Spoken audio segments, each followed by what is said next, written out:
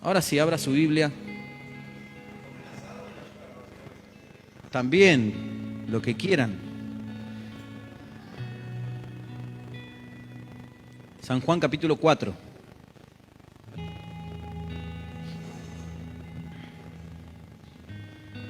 Hoy quiero hablar acerca de la sed. Vio que estamos hablando del Espíritu Santo, estamos predicando mayormente del Espíritu Santo. El domingo pasado hablé de 3 poderes que se desatan de Jesús, ¿se acuerda? ¿Cuáles son esos poderes? A ver quién vino el domingo pasado, a ver. El poder, la obediencia, primero la palabra, después la obediencia y después el poder del perdón, del amor, ¿no? Es lo que sale de la esencia de Jesús, ¿no? Hay cosas en nuestra vida que deben ser esencia y hay cosas que deben ser obediencia. ¿Sabía usted? Por ejemplo, el amor es esencia. Tiene que estar en nuestra identidad por esencia de Dios. Ahora, el perdón está en la esencia de Dios, pero no siempre está en la nuestra. Por eso Jesús dijo que debemos perdonar, es un mandamiento perdonar, ¿no? Hay cosas que están en la esencia de Dios que deberían estar en la nuestra. Amar, perdonar, ser bondadosos, ¿no? ¿Dios tiene que obedecer? Qué buena pregunta. Dios no obedece, Dios es Dios. Dios es fiel a su palabra.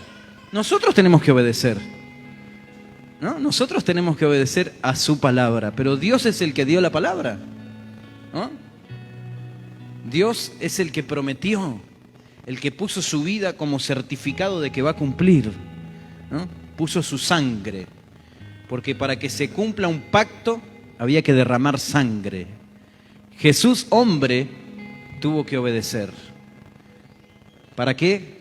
Para que se meta en nuestra esencia por el Espíritu Santo la necesidad de obedecer. ¿Amén? La bondad de Dios es su esencia. Por eso la palabra de Dios dice, mejor es dar que recibir. Ser bondadoso es la esencia de Dios, ¿no? Dice la palabra de Dios que el generoso piensa generosidades. ¿Sabe cuándo nos empezamos a dar cuenta que la esencia de Dios se metió dentro nuestro?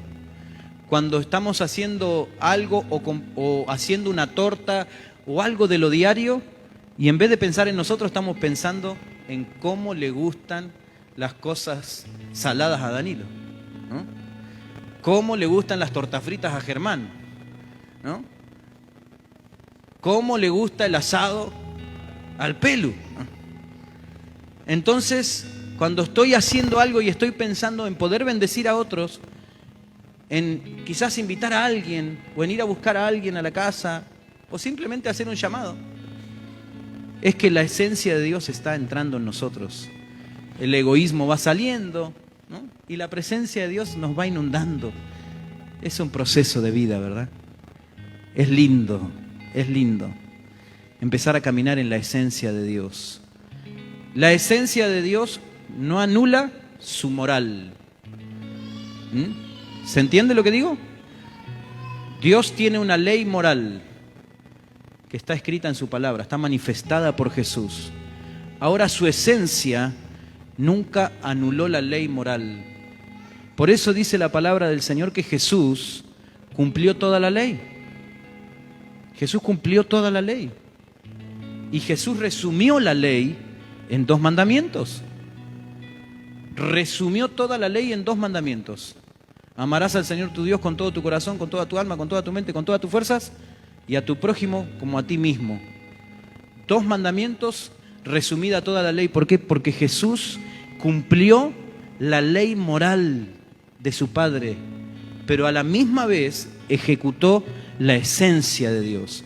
Por eso Jesús, cuando fue confrontado por los fariseos, y los fariseos le dijeron, Jesús, tus discípulos trabajan el día de descanso.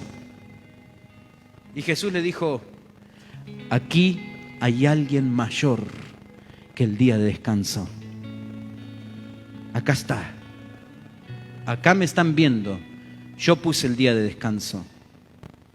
Ustedes no pueden alterar mi bondad. Así que si esta ley que ustedes la transformaron en una tradición para no ejecutar la esencia del Padre, yo quiero mostrarles que en el día de descanso se puede sanar. En el día de descanso se puede perdonar. En el día de descanso se pueden realizar tareas espirituales. Porque para los judíos, aún predicar en el día de descanso era pecado. No querían ni predicar. Jesús cumplió la ley, pero también ejecutó la esencia del Padre. Tenemos que vivir ahí, sabiendo que tenemos una ley moral que nos rige, pero sabiendo que tenemos una esencia, ¿no? Hay un montón de cosas en la palabra que podemos encontrar. Dentro de la esencia de Dios está la misericordia, ¿verdad? ¿O no? ¿Y la misericordia sobre quién triunfa? ¿Sobre el juicio? Por eso cuando trajeron la mujer pecadora delante de Jesús, Jesús tenía la opción de ejecutar la ley. Era el único que podía ejecutar la ley. No había otro. Nadie podía tirar una sola piedra. El único era Jesús. Pero su esencia fue más pesada que todas las piedras juntas. Entonces Jesús los miró a todos y le dijo: el que no tenga pecado, que tire la primera piedra. Porque si Jesús tiraba piedra, le tenía que tirar a todos. Entonces Jesús dijo: mejor vamos a actuar con la esencia del Padre. Misericordia. Misericordia quiero. Y tuvo Jesús misericordia, no solamente de la mujer. Prestemos atención, amada iglesia. Jesús no tuvo solamente misericordia de la mujer. Jesús tuvo misericordia de todos los que estaban ahí. Porque todos eran merecedores de un piedrazo, menos él.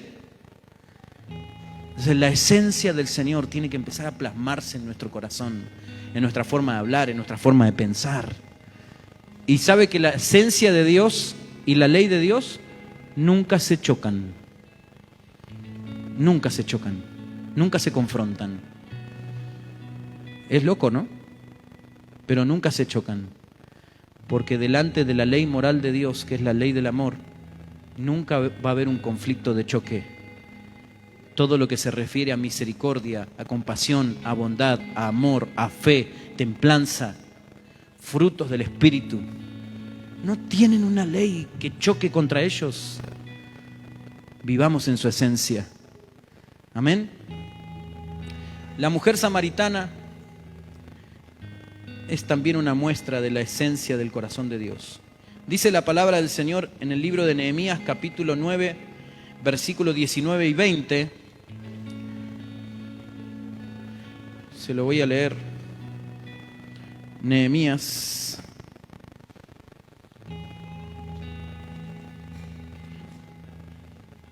Ya hace calor, ¿eh? Nehemías 9 dice, vamos a leer del 18. Dice: además, está hablando del pueblo de Israel, Nehemías, ¿no? Además, cuando hicieron para ellos un becerro de fundición y dijeron: este es tu Dios que te hizo subir de Egipto, y cometieron grandes abominaciones. Nehemías está recordando lo que hizo el pueblo de Israel. Dios los libró de Egipto, y cuando estaban a la orilla del monte, se hicieron un becerro de oro y dijeron: este becerro de oro te sacó de Egipto. Tremendo lo que hizo el pueblo de Israel, ¿eh? Pero mire la esencia de Dios. Mas tú, oh Dios, con todo esto, por tus muchas misericordias, no los abandonaste en el desierto. La columna de nube no se apartó de ellos de día para guiarlos por el camino, ni de noche la columna de fuego para alumbrarles el camino por el cual habían de ir. Y enviaste tu buen espíritu para enseñarles y no retiraste tu maná de su boca, y agua le diste para su sed. Tremenda la esencia del Señor. Él no va contra sus promesas. Amados, Dios hizo promesas, soltó palabras, están escritas muchas de ellas, y muchas otras el Señor te las habló en persona. Te trajo un pastor, te trajo un profeta, te trajo una persona que Dios le mostró tu corazón. ¿A cuántos les pasó esto? ¿A cuántos les ha pasado? Vamos, declárelo. Así de paso lo recuerda, porque a veces nos olvidamos, ¿vio? A veces viene alguien y nos dice nuestro corazón. No es un adivino, es Dios diciéndote, te sigo amando, te sigo viendo, te sigo mirando. ¿Qué necesidad tiene Dios de mandar a un profeta para que le diga a este fulano, allá en Choel Choel, lo que hay en su corazón? ¿A cuántos de ustedes les ha pasado que ha estado orando en su casa antes de venir a la reunión y le dijo una oración a Dios con palabras específicas? Y después se paró acá al frente y vino una persona, le puso la mano en el corazón, en el hombro y le dijo, Dios me dice lo mismo que vos le oraste al Señor en privado. ¿A cuántos le pasó? Tremendo. ¿Que Dios tiene micrófono en todo el mundo? Sí. ¿No? Ahora, ¿qué significa eso que te pasó?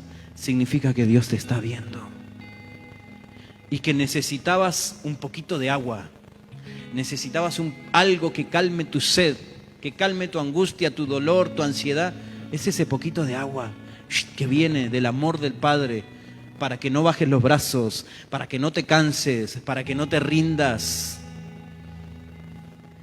Así el pueblo de Israel hizo lo que no debía, pero Dios, en sus grandes misericordias, no le quitó el maná, ni le quitó el agua, ni tampoco su espíritu.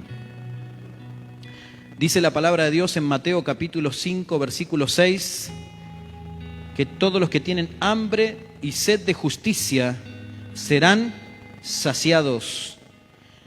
Dios sabe saciar, hermanos. Dios sabe saciar. Él está atento a nuestras necesidades. Hay necesidades básicas que tenemos, que muchas veces las necesidades básicas que tenemos nos desenfocan de nuestra confianza en Dios. Por eso Jesús se encargó de dejar escrito en su palabra que no nos preocupemos ni nos afanemos por las necesidades básicas. ¿Cuáles son las necesidades básicas? Comer, beber, vestirnos, vivienda, la heladera, la parrilla. Eso es cultura de reino. Ustedes ya están viviendo en un reino, ¿no? Necesidades básicas. Jesús dijo, no se preocupen, no se afanen. Si yo alimento a las aves del cielo, visto los lirios del campo, ¿qué es lo que está buscando Jesús? ¿Qué es lo que está buscando Dios? Dependencia. Que aprendamos a depender de Él. Él no está diciendo que no tenés que hacer nada. Él no está diciendo que no tenemos que trabajar. Él no está diciendo que no tenemos que esforzarnos. No, no, no. Él está diciendo que no sea tu preocupación, que no ocupe mi lugar. Estos días ayer mismo viajamos. De paso quiero felicitar a los varones, más que felicitar, agradecerles por acompañarme, todos los que hemos ido durante estos meses a la ciudad de Río Colorado, y quizás también saludar a la pastora y a toda la iglesia. Fuimos a la ciudad de Río Colorado a techar la casa de la pastora Liz y lo pudimos hacer. Empezamos a las 9 de la mañana y a las 2:30 de la tarde terminamos. Quedó la casa techada. Tremendo, así que gracias a los muchachos por acompañar. Dios es fiel. Bendecimos a la pastora, a la iglesia.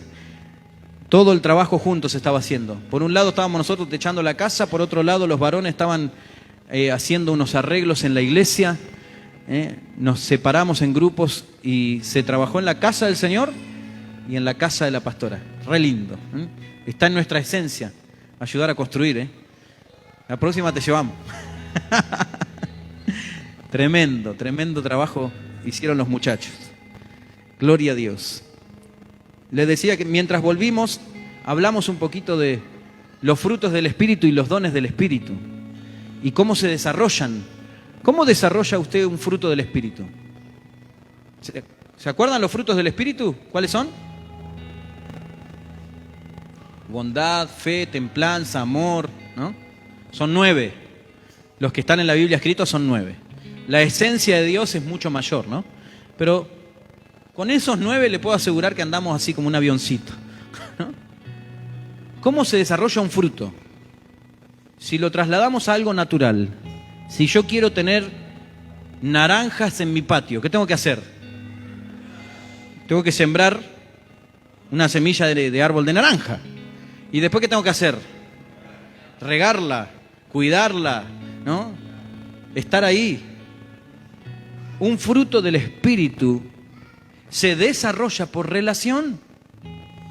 Los frutos del Espíritu crecen en nuestra vida por relación con Dios. Porque los frutos no son míos, son de Él. Así que yo necesito que Él los siembre en mí. Amén. Que en esta tierra de este corazón se siembren los frutos del Espíritu y es por relación.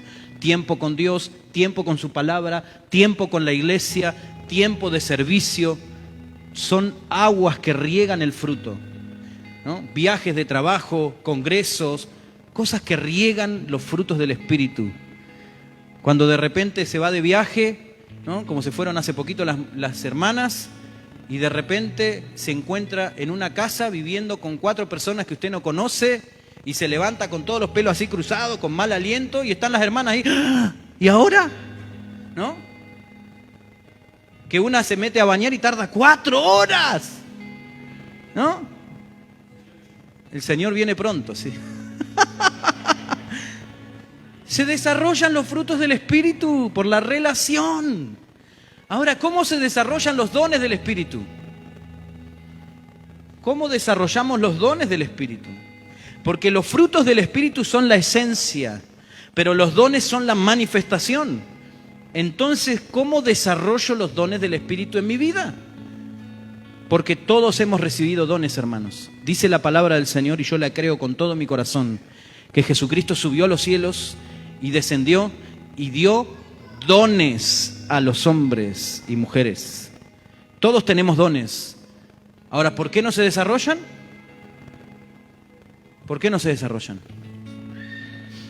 Número 1, porque no los usamos.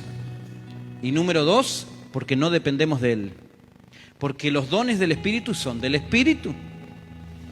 Entonces, los frutos se desarrollan por relación.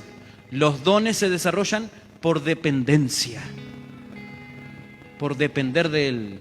Te llaman para ir a orar por alguien que está endemoniado. ¡Ah! Señor, ¿y ahora? Yo voy porque soy valiente. No, Padre, no sé ni qué le voy a decir, pero confío en que vos me vas a dar palabra y autoridad. Te llaman para orar por un enfermo. Señor, yo no puedo sanar a nadie, pero si vos vas conmigo, lo sanamos, ¿no? Te llaman para dar una conferencia, un taller, una prédica. Señor, decime qué digo. Dependencia. Dependencia desarrolla dones. Gloria a Dios. El Señor no abandonó a su pueblo ni nos abandona a nosotros. Necesitamos desarrollar una intensidad de hambre y sed. ¿Qué hace usted cuando tiene hambre? Come. ¿Y cuando tiene sed? Toma. Algunos que están acá toman muy poca agua. A ver, las esposas que están acá, levanten la mano. ¿Cuántas veces le dice a su marido que tome agua? 1, 2, 3. Toma agua, toma agua, toma agua, ¿no? Para los que tenemos pocos años de casado, todavía no, mi esposa todavía no arrancó, ¿no? Todavía no arrancó. Pero después de los 40 y empiezan a decirte, toma agua, dale viejito, toma agua. Si no tomas agua se te arruga la piel. Así que si está arrugado, tome agua.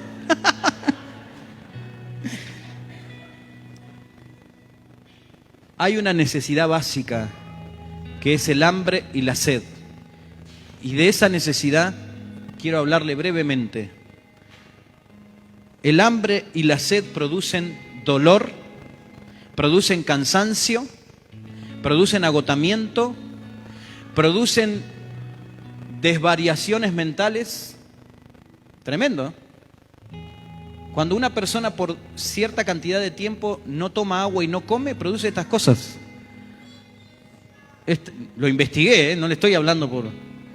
Cuando una persona pasa mucho tiempo sin comer y sin tomar agua, le produce esto: cansancio, dolores en el cuerpo, dolores en los riñones, dolores en el estómago, dolores de cabeza, por falta de agua y de comida, agotamiento físico, y el extremo te lleva a que también la cabeza te falle, ¿no? Así que si a alguno le falla la cabeza, tome agua. Tenemos la respuesta. Arranque por el agua, hermano. ¿No? Ahora, si trasladamos este ejemplo de nuestro cuerpo que fue diseñado por Dios, somos imagen y semejanza de Dios, ¿verdad? ¿Y nuestro espíritu qué será? ¿Será igual imagen y semejanza? Entonces aprendamos a desarrollar hambre y sed. Aprendamos a reconocer cuando nuestro espíritu tiene hambre y sed.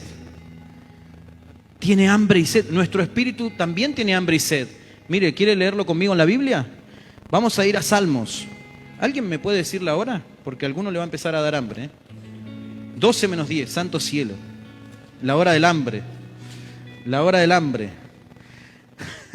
Salmo 42. Dice: como el ciervo brama por las corrientes de las aguas, así clama por ti, oh Dios, el alma mía. Mi alma tiene sed de Dios, del Dios vivo. Y el salmista se pregunta: ¿cuándo vendré y me presentaré delante de Dios? ¿Qué cosas hace a la sed? Venir y presentarse delante de Dios, como hicimos hoy. Qué lindo momento. Venir y presentarse delante de Dios. Mire, vamos a otro, ahí nomás, 63. 63 dice: Dios, Dios mío eres tú, de madrugada te buscaré. Mi alma tiene sed de ti, mi carne te anhela. En tierra seca y árida, donde no hay aguas. ¿Para qué? ¿Para qué lo va a buscar? Para ver tu poder y tu gloria, así como te he mirado en el santuario. Porque mejor es tu misericordia que la vida. Mis labios te alabarán. Así te bendeciré en mi vida. En tu nombre alzaré mis manos. Amados, debemos reconocer la sed espiritual. Debemos reconocer el hambre espiritual. A veces pasamos tiempo en nuestra casa sin saber qué hacer. ¿No le pasa a usted? A algunos no les pasa. Yo sé que a algunos no les pasa porque están así, activos, trabajando, estudiando, están así. Pero yo estoy seguro que hay un momento en el día que se despierta una sed. Hay un tic que te hace pensar en la oración. Hay algo que te dice: ¿oraste hoy? ¿No? Hay algo que te dice: ¿leíste la Biblia hoy? Y le puedo asegurar que no es el diablo. El diablo no va a venir a preguntarte si oraste hoy. Puede venir tu esposa, puede venir tu suegra, ellos sí pueden venir a preguntarte, tus hijos. Pero el diablo no te va a preguntar si oraste, porque él está interesado en que no ores, en que no leas, en que no tengas relación, en que tus frutos no crezcan, en que tu propósito no avance. Hambre y sed del Dios vivo. 143, mire. Necesitamos reconocer el hambre y la sed en nuestros días. 143, 6 dice: extendí mis manos a ti, oh Dios, mi alma a ti, como la tierra sedienta. Podemos reconocer cuando la tierra necesita agua, ¿verdad? Es más, estamos llegando a los tiempos donde va a haber crisis. Ya está habiendo. Escuche, no es para que se asuste, pero ya está habiendo en la Patagonia crisis hídricas. Ciudades que no les llega agua. Esto es tremendo. Imagínese ir al río y que no pase agua. ¿Qué haría usted? ¿Se imagina gente yéndose de acá porque no hay agua? ¿No? ¿Se ve usted hirviendo agua del mar para sacarle un poco la salitre y tomarla? El pueblo de Israel vivió tiempos de sequía, mucha sequía. ¿Y para qué Dios traía la sequía? Para que su pueblo lo mire. Así que, hermanos, cuando se manifiesta la sed en nuestra vida espiritual, es sencillamente para que lo miremos, para que le digamos, lléname. Jesús sabía de esto. San Juan capítulo 4, se acerca a Jesús. Dice la palabra del Señor que le era necesario pasar. 4:4 dice, y era necesario que Jesús pasara por Samaria. Este es un pasaje que me encanta, es interminable el pasaje de Jesús y la mujer samaritana.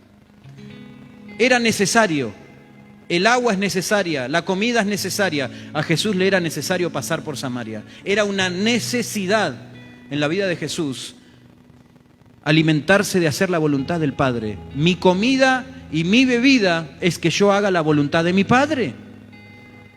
Y si Jesús lo hizo, nosotros debemos hacerlo, porque hacer la voluntad del Padre sacia la sed. Número 1, lo que sacia tu sed es hacer la voluntad del Padre. Eso sacia nuestra sed, hacer la voluntad del Padre. Jesús pasó por Samaria y se encontró un pozo de agua y había una mujer. Lo voy a resumir, usted después puede leerlo el pasaje. La mujer estaba sacando agua, la mujer era samaritana. El machismo que había en aquel tiempo y no había amistad ni relación entre judíos y samaritanos. Entonces Jesús le dice a la mujer, ¿no me das un poco de agua? Y la mujer le dice, siendo tú judío, ¿me pides a mí que soy samaritana? ¿No? Es que era necesario para Jesús quebrantar las barreras humanas, quebrantar las divisiones, porque la voluntad del Padre es reconciliar. Jesús fue a reconciliar. Así que le pidió agua. ¿Me das agua? ¿No? Y la mujer le replicó, ¿a mí me pedís? Y Jesús le dijo, si supieras quién te está pidiendo agua, tú le pedirías y él te daría agua de vida eterna, que saciará tu sed para siempre. El agua del Espíritu sacia la sed para siempre, hermanos. Número 2, el agua del Espíritu sacia tu sed para siempre. Es el agua del Espíritu. ¿Qué es lo que produce el agua del Espíritu? Produce